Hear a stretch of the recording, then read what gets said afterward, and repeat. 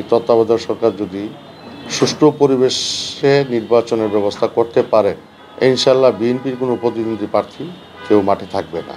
আমার জন্মলগ্ন থেকে বিএনপির সাথে উদ্বুদ্ধ জড়িত। বিএনপি রাজনীতিতে আমি নবীনগরের ছাত্র রাজনীতি থেকে আমি শুরু করি, আজ পর্যন্ত আমি বিএনপির সাথে সীমাবদ্ধ এবং নবীনগরের আর্থমানবিক কাজে, রাজনৈতিক কাজে সর্বাঙ্গীনভাবে আমি সার্বজনীনভাবে চেষ্টা করে যাচ্ছি।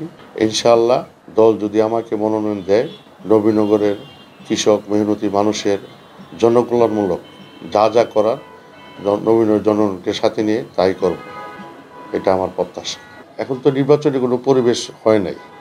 নির্বাচনের পরিবেশ হইলে মাঠে অনেক প্রার্থী আসবে।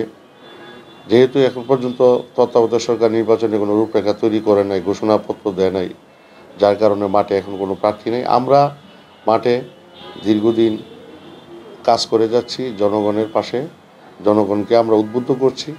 আমরা তারেক রহমানের নির্দেশে, আমাদের ভারপ্রাপ্ত চেয়ারম্যানের নির্দেশে আমরা জনগণের সর্বাঙ্গীনভাবে অতীতে যেভাবে ফেসিবাদ হাসিনা সরকার কীভাবে কৃষককে ধ্বংস করেছে, জনগণের বিভিন্ন মালামাল লুটতরাজ করেছে, এগুলির প্রতিবাদে আমরা সচ্ছল এবং আমরা জনগণের পাশে এগুলি নিয়ে উদ্বুদ্ধ করছি এবং জনগণের সাথে পাশাপাশি সার্বক্ষণিকভাবে চেষ্টা করে যাচ্ছি।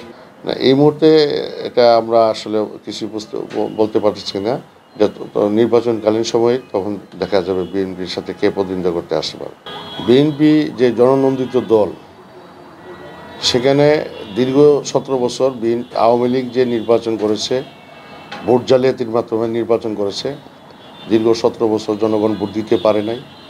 সামনে এই তত্ত্বাবধায়ক সরকার যদি সুষ্ঠু পরিবেশে নির্বাচনের ব্যবস্থা করতে পারে, ইনশাল্লাহ বিএনপির কোনো প্রতিনিধি প্রার্থী কেউ মাঠে থাকবে না।